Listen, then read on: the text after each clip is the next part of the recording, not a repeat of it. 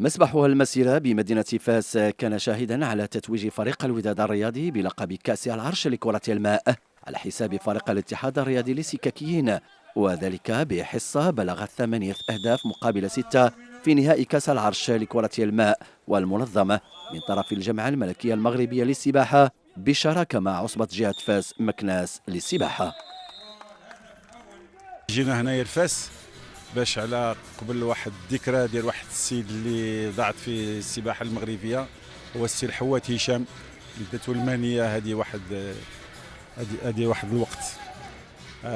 وان شاء الله دابا تنحاولوا باش نشوفوا كاع المدن المغربيه باش نكونوا نديروا فيهم هذا الواتر بولو. واخا نو زافون ان مانك دانفراستركتور صعيب علينا، حيت الله دابا الناتاسيون تنعطيوها شويه وقت، ولكن ان شاء الله حنا غاديين في واحد الطريق. بين هذا العام عملنا لي U13، عملنا لي U16، وعملنا لي سينيور تا هما.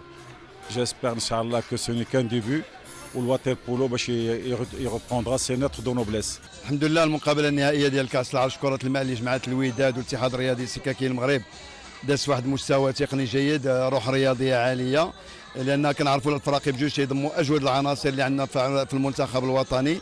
داكشي اللي كنا كنتمناو نوصلوا له في هذه المقابله النهائيه وصلنا له. كاين لاعبين متميزين، كما شفتوا المقابله كانت شويه تقنيا يعني ملعوبه ما بين الفريقين بجوج حتى لاخر جوله. تنهنيو نادي الوداد وهارد لك الاتحاد الرياضي السكاكيه المغرب. بالعودة لتفاصيل المباراة، فريق الوداد أنهى الجولة الأولى متقدما بواقع هدفين دون رد. تقدم استمر خلال الجولة الثانية لفريق الوداد حيث أنهاها ب4 أهداف مقابل هدف. خلال الجولة الثالثة حاول لاعب فريق سكاكية المغرب العودة في النتيجة حيث قلصوا الفارق لهدفين، وبعداد أشار لتفوق فريق الوداد بواقع 6 مقابل 4 مع نهاية الجولة الثالثة. خلال الجولة الرابعة حاول لاعبو الوداد الحفاظ على تقدمهم، فكان لهم ما أرادوا عندما أنهوا المباراة بفوز قوامه 8 مقابل 6 للوداد.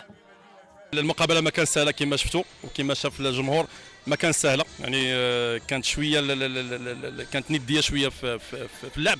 الحمد لله دونك فريق الوداد هذه واحد الاسبوع فاز بالبطوله، واليوم كيفوز بالكاس الغاليه ديال سيدنا الله ينصرو. وهذا الكاس لها فرحه اخرى وطعم اخر. كانت نهايه صعبه جدا ضد فريق الوداد الرياضي البيضاوي، ربحونا 8-6، ولكن هذا ما كيقللش من القيمه ديال اللعابه ديالنا ومن قيمه الفريق ديالنا. خدمنا العام كامل، تدربنا العام كامل. الختام كان بتتويج فريق الوداد الفائز بنسخة هذه السنة من لقب كأس العرش لكرة الماء موسم 2023-2024.